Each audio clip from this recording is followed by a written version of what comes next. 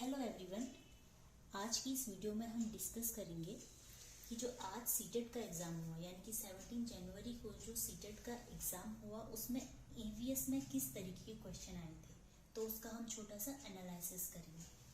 तो क्या ये क्वेश्चन उसी तरीके के थे जो पिछले पैटर्न्स में पहले पूछे जाते थे? तो देखिए, जो आज का जो एग्ज़ाम था उसमें कुछ क्वेश्चंस दो से तीन नंबर के ऐसे थे जो बहुत ही ज़्यादा आसान थे। एग्जाम्पल के लिए हमारा राष्ट्रीय वृक्ष, भारत का राष्ट्रीय वृक्ष पूछा गया था जो एक बहुत ही सरल सा क्वेश्चन है। और बावड़ी, जो आपको पता है कि राजस्थान में पानी की जो बावड़ियाँ होती हैं तो उनसे एक मार्क्स का क्वेश्चन था कि जो सीढ़ीदार पानी भरने की जो स्थल होते हैं उन्हें हम क्या बोलते हैं, कुछ इस तरीके से क्वेश्चन था। तो बावड़ी के और राष्ट्रीय वृक्ष के ये दो क्वेश्चन बहुत ही इजी क्वेश्चन। उसके अलावा जो सीटेट में आज क्वेश्चंस थे वो थे चांगपा जनजाति से संबंधित। इससे दो क्वेश्चन बने थे। पहला कि चांगपा जनजाति जो है वो कहाँ पाई जाती है, कहाँ रहते हैं चांगपा वाले लोग, तो आपको पता है कि चांगपा जनजाति लद्दाख साइड रहती है। और दूसरा था कि जो चांगपा जनजाति है वो अपने भेड़, अपने पशुओं को जिस स्थान पे रखती है या जिस भी जगह पे रखती है, जिस शेड में रखती है, तो उसे हम क्या बोलते हैं। तो 2 मार्क्स का क्वेश्चन इस चांगपा जनजाति से आया हुआ था। उसके बाद मैप वाला क्वेश्चन तो आया ही था जो हर साल आता है।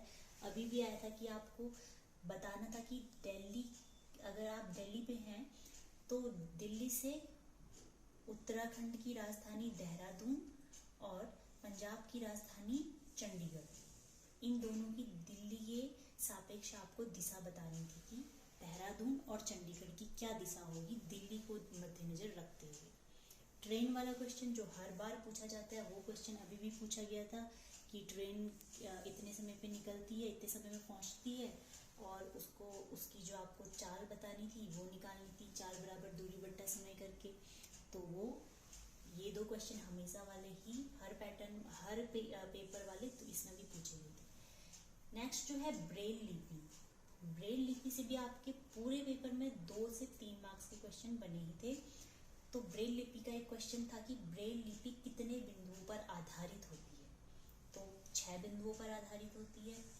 ये क्वेश्चन भी आपका बहुत ही इजी क्वेश्चन था। साथ ही साथ पोर्टफोलियो से भी क्वेश्चंस ईवीएस में पूछे गए थे।